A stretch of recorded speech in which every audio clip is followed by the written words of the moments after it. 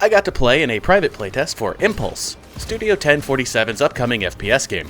As a fan of games with fluid movement and as a developer who's trying to make games with fluid movement, I have a lot of opinions about this game.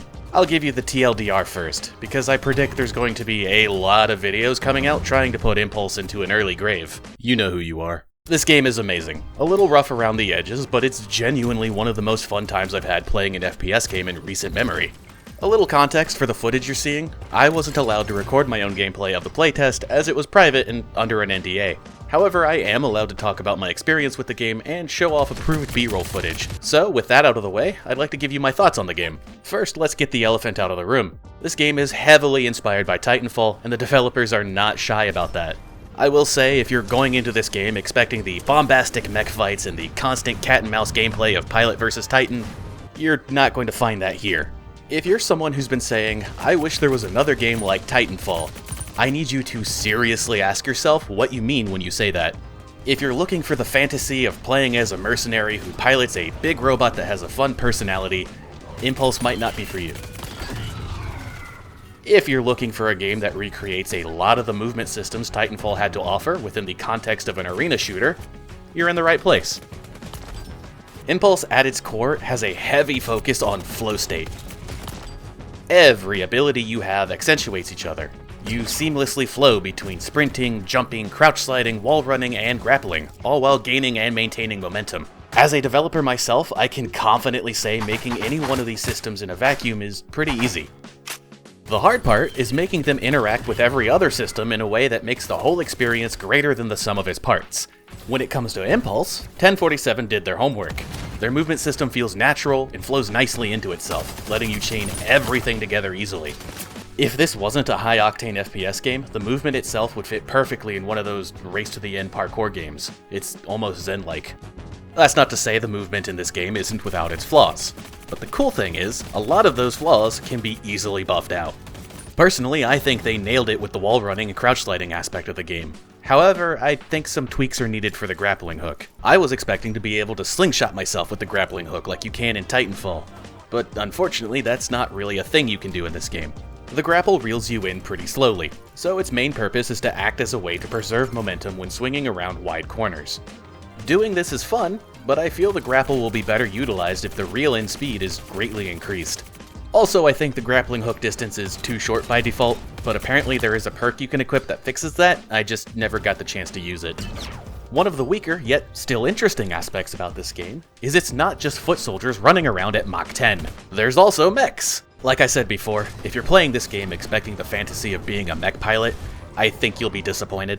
The mechs are played less like an ultimate ability and more like a power weapon that spawns on the map. Once a mech spawns, the first person to get to it gets to pilot it. The mechs themselves seemed kind of uninteresting, very basic design and weapons, but in the context of a few modes are actually really fun. For example, the Capture the Flag mode is played by running over to the enemy's side of the map, stealing their mech, and then hauling it all the way over to your side of the map. I think it's a neat spin making the flag holder in this case be a high HP, high damage behemoth. In the other game modes, such as Team Deathmatch, they are just power weapons. Nothing really interesting about them, so I hope that's an area the team focuses on. And lastly, I want to talk about the gunplay. If you've played any splitgate, it'll feel very familiar. The weapons are punchy and fit nicely into their respective roles. However, you can only pick one weapon. Your secondary is a one-hit kill sledgehammer that also acts as the anti-mech tool. I won't lie, the moment I figured this out, I set all of my perks to the ones that increased my speed and then ran around the map caving people's heads in, doing it with a massive shit-eating grin on my face. I think I might be evil. Your utility gadgets this time around aren't the regular grenades you'd come to expect in an FPS game.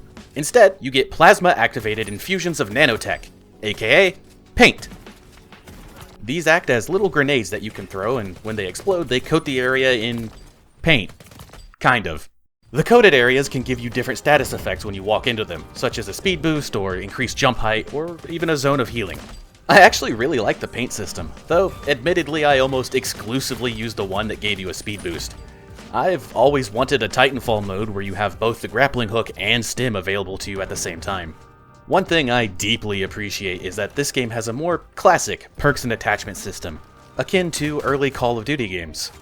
Meaning you have a choice of 2 perks and 2 attachments that greatly affect how you play or how your gun handles.